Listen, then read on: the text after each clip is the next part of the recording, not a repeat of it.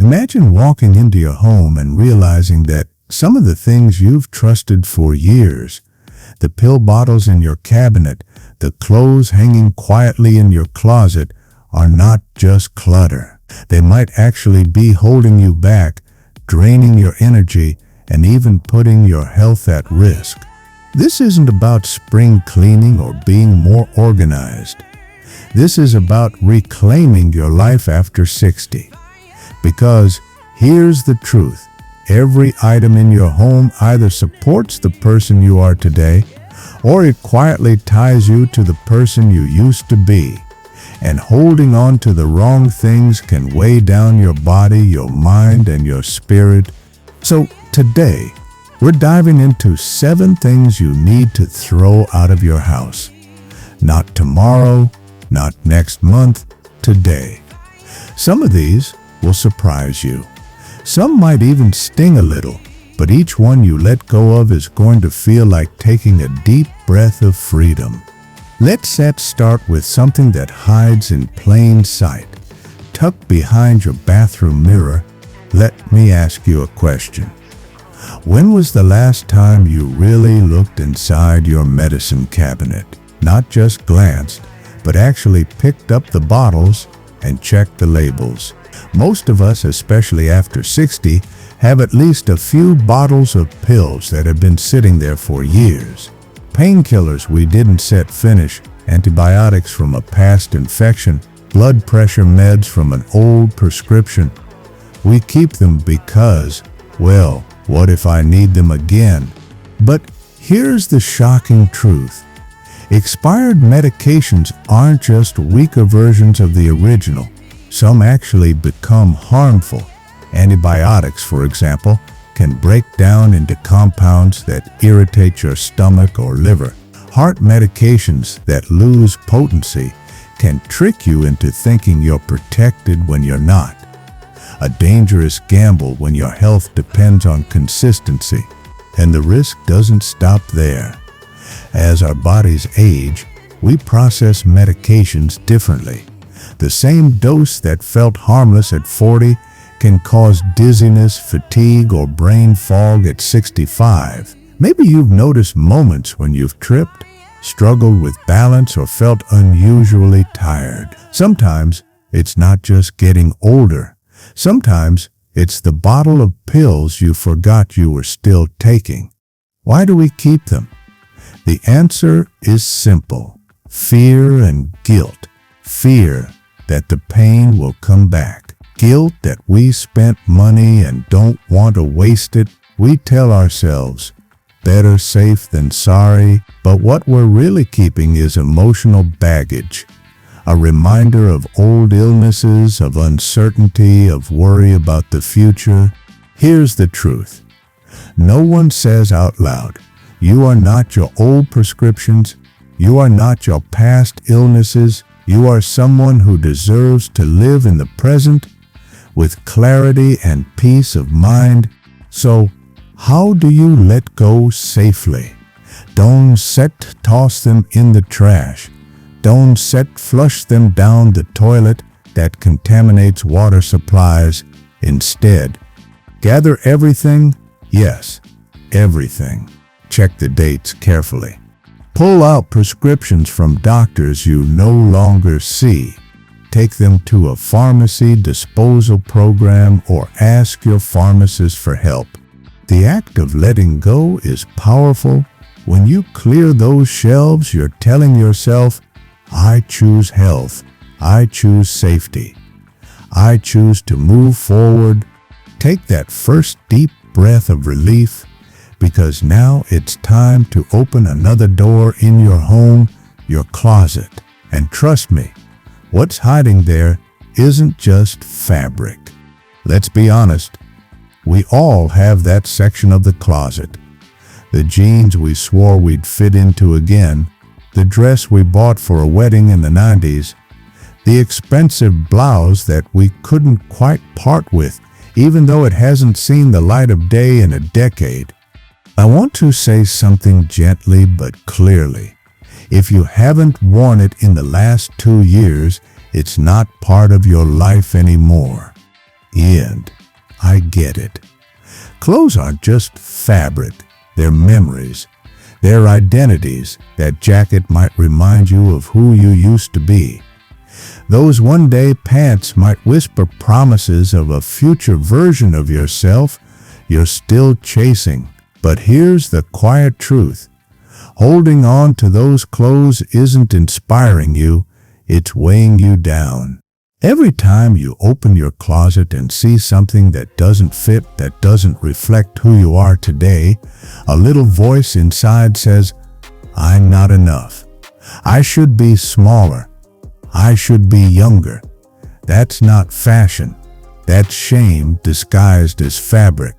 Your closet should be a mirror, and the reflection should be the strong, wise, beautiful person you are right now.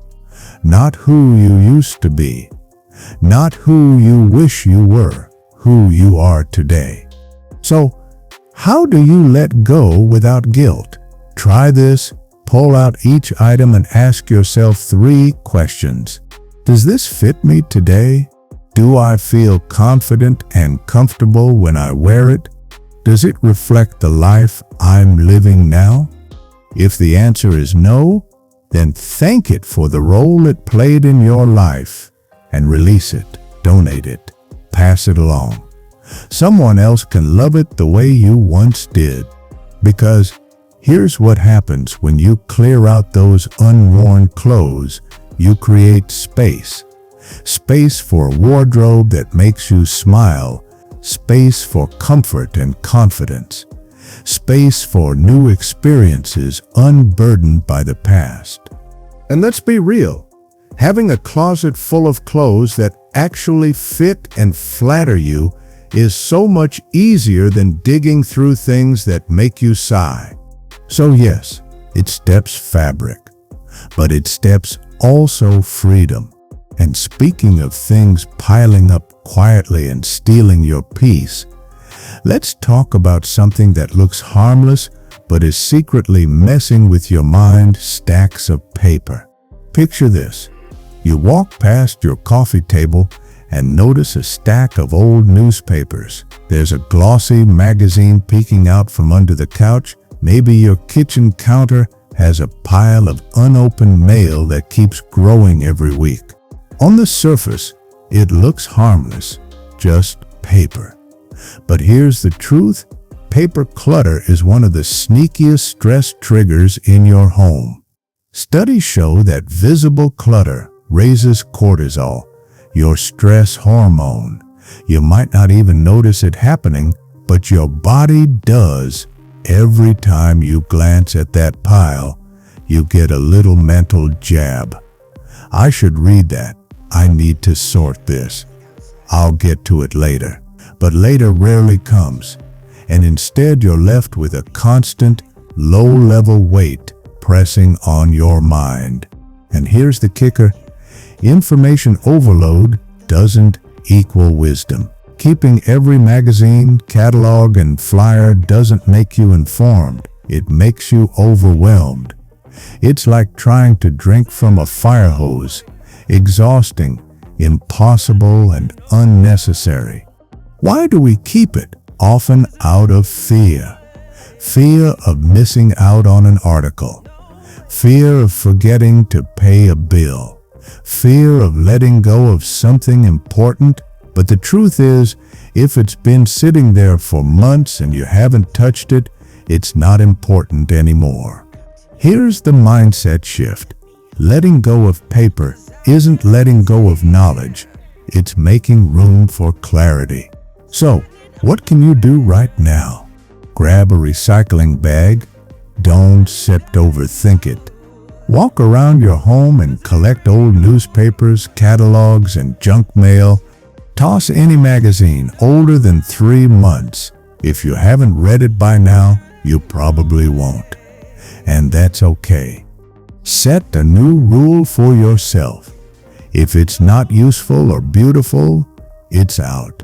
Imagine walking through your living room and seeing clear surfaces. No piles whispering at you, no guilt, no nagging reminders, just peace.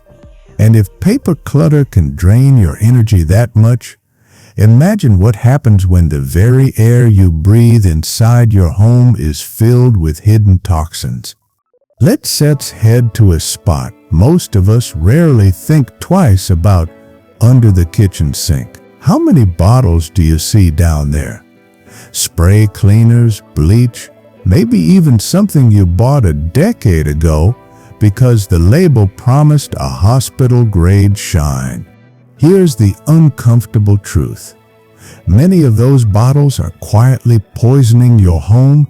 Take a look at the labels, and you'll find words like ammonia, bleach, formaldehyde, phthalates, triclosan, hard to pronounce, but even harder on your lungs, your skin, and your brain. These chemicals aren't just strong, they're harsh, and studies have linked long-term exposure to respiratory problems, skin irritation, hormone disruption, and even cognitive decline in older adults.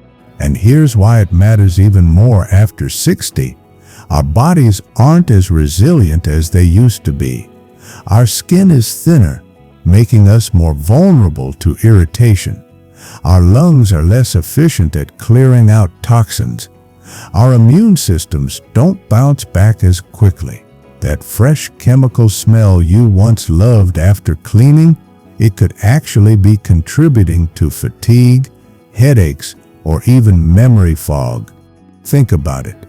If every time you scrub the counter, mop the floor, or spray down the bathroom, you're inhaling fumes that chip away at your health, is it really worth the lemon scent?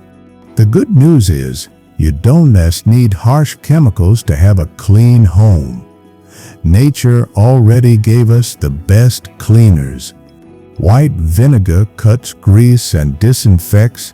Baking soda scrubs without scratching.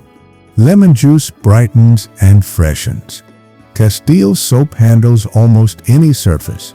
Essential oils like lavender or tea tree add safe, natural fragrance. There are also excellent eco-friendly brands today that clearly list their ingredients and avoid the harmful stuff. Here's a simple rule. If you wouldn't spray it near your face, near a grandchild, or near a beloved pet, it doesn't belong in your home. Think about the freedom of opening your cleaning cabinet and knowing that every single bottle in there is safe, simple, and effective. No more squinting at labels, no more wondering what's seeping into your skin or lungs, just peace of mind. And speaking of peace of mind, what about the very furniture you rest on every single day? What if the place you think is giving you comfort is actually setting you up for pain and injury? Close your eyes and picture your favorite chair. You know the one, the spot where you read, watch TV, or take your afternoon nap. It's been with you for years. It's familiar, it's cozy, it feels like home. But here's a question that may surprise you. Is that chair supporting you, or is it silently hurting you? As we get older, the very furniture that once felt comfortable can actually turn into a trap. Chairs that sink too low, sofas so soft they swallow you whole, seats without armrests to help you push yourself up, cushions that leave you saying, "Oof, give me a hand up every time you stand." Sound familiar? It's easy to chalk this up to just aging, but here's the truth. It's not always your body failing you. Sometimes it's your furniture that's failing you. The risks are bigger than most people realize. Furniture that isn't designed for your stage of life puts extra strain on your knees, hips, and back. It forces you to use momentum to get up, increasing your chance of tripping, and when sitting becomes uncomfortable, you naturally move less, which weakens your muscles, reduces your mobility, and sets off a domino effect that can lead to serious injuries. So, what should you look for instead? Chairs and sofas that are firm and higher off the ground. Armrest you can grip for stability. Support cushions that keep your posture upright. Furniture that doesn't wobble, slide, or have sharp edges waiting to catch you. Here is the pushback I often hear. But this chair has memories. It belonged to my husband. I've had it for decades. And I get it. Truly I do. But let me say this with love. Memories don't live in fabric or wood. They live in your heart. Keeping unsafe furniture doesn't honor those memories. It risks your future. Replacing a chair or upgrading a sofa isn't about letting go of the past. It's about protecting your independence, your mobility, and your dignity. It's an act of self-care because here's the truth. You deserve to sit down without fear. You deserve to stand up without pain. And you deserve a home that supports your life today, not just yesterday. And speaking of things that weigh you down, sometimes the heaviest items in your home aren't the ones that hurt your body. They're the ones that hurt your heart. Let's shift gears and talk about something we all have but rarely admit: unwanted gifts. Maybe it's that vase from your cousin that's been gathering dust for 10 years, or the sweater your daughter bought that never fit right, or that decorative bowl you politely displayed once, but secretly never liked. Here's the hard truth. No one talks about just because something was a gift doesn't mean you're obligated to keep it forever. But most of us do keep them. Why? Guilt. We tell ourselves, they spent money on this. They meant well. I don't want to hurt their feelings. So the object stays year after year, shelf after shelf, quietly collecting dust and emotional weight. Because every time you walk past it, you feel a subtle sting of guilt, a quiet reminder that you're holding on to something not for yourself, but for someone else. That's not peace, that's pressure. And your home should never be a place of quiet pressure. It should be your sanctuary. Here's the mindset shift. A gift's purpose is to bring you joy. If it doesn't, then it's already served its role. By donating it, you're not throwing away love. You're releasing the object while keeping the sentiment. You can even say it out loud if it helps. I'm grateful for the thought and love behind this. This item served its purpose. Now I'm letting it go to bless someone else. And if you're worried about the classic question, what if they ask about it? Here's a graceful response. I loved it, and it reminded me of you. But I needed to make space in my home, so I passed it along where it could be used and appreciated. That's honest, kind, and more than enough. Try this today. Pick one shelf, one drawer, or one corner of your home. Look for items you've kept only because they were gifts. Hold each one and ask, does this bring me joy? Does it serve me now? If the answer is no, thank it, then donate it. You'll feel it immediately. A wave of relief, a sense of freedom, a burst of empowerment. Letting go of unwanted gifts doesn't make you ungrateful. It makes you intentional. It makes your home lighter, your space more authentic, and most importantly, it makes you free. Because here's the deeper truth. Your home isn't meant to be a museum of other people's expectations. It's meant to reflect your heart, your values, and your peace.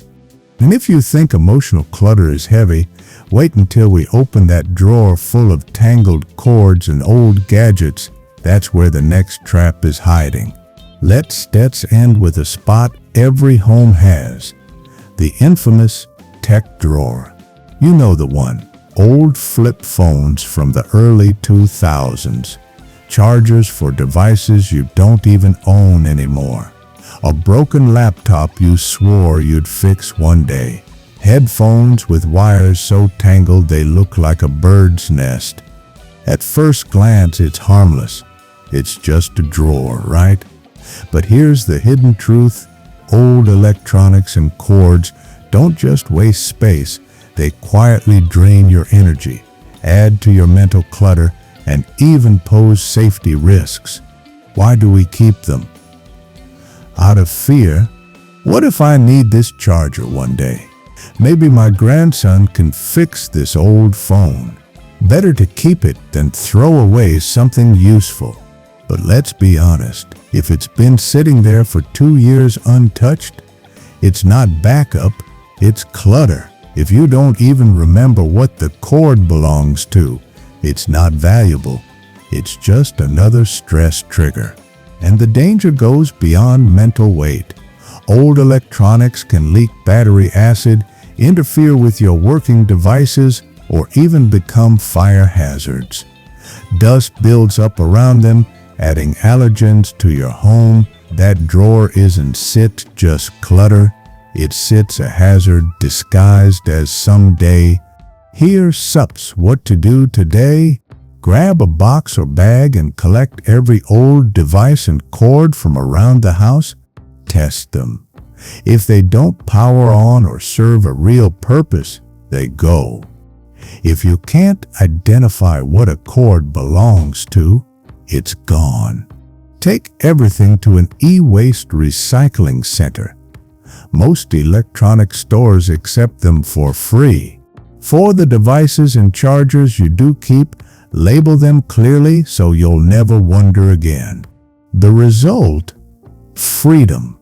Your drawers will open smoothly. Your mind won't feel that little spike of stress every time you see the tangle of wires, and you'll know your home is safer, lighter, and simpler. Decluttering electronics is like turning off background noise. Suddenly you notice the silence, the peace, and you realize how heavy the hum was all along. And here's the bigger lesson. This isn't just about wires, pills, or closets. It's about your life. Here's the deeper truth. Most people never realize throwing things out isn't about tidying your home. It's about reclaiming yourself. Every expired pill you toss is a declaration that you are not your past illnesses. Every piece of clothing you release is proof that you accept and celebrate who you are today. Every unwanted gift you donate is a reminder that your home belongs to you, not to guilt. And every cord you recycle is one less thread tying you to clutter and confusion. Decluttering is more than cleaning. It sits self-respect in action. It sits saying, I deserve peace. I deserve safety. I deserve a home that reflects the life I want now, not the life I left behind. And the best part? You don't have to do it all at once. You don't need to conquer the entire house in one day. All it takes is one step. Pick one category from this list today. Maybe it's a drawer of old tech. Maybe it's that shelf of expired meds. Maybe it's just one sweater that doesn't fit anymore. Start there. You'll feel it. That wave of lightness, that subtle relief, that deep breath you didn't realize you were holding. That's not just space clearing. That's life clearing. Because here's what I believe. You deserve a home that supports your energy, not steals it. You deserve rooms that reflect joy, not guilt. You deserve space that feels like freedom, not a storage unit of the past. So let me ask you, what's the first thing you're ready to throw out today? Drop it in the comments below. I'd love to hear your story, and who knows, you might inspire someone else to take their first step too. And if this video gave you a little nudge, do me a favor. Hit the like button, share it with a friend who might need this encouragement, and subscribe to the channel for more weekly inspiration. We're building a community here, a community of people over 60 choosing to live better, longer, and lighter. Don't forget to hit the bell so you'll never miss the next episode, because trust me, the next one will give you even more tools to keep building a life that feels free. Until next time, take care of yourself, and remember, letting go of clutter isn't just about cleaning your house, it's about reclaiming your life.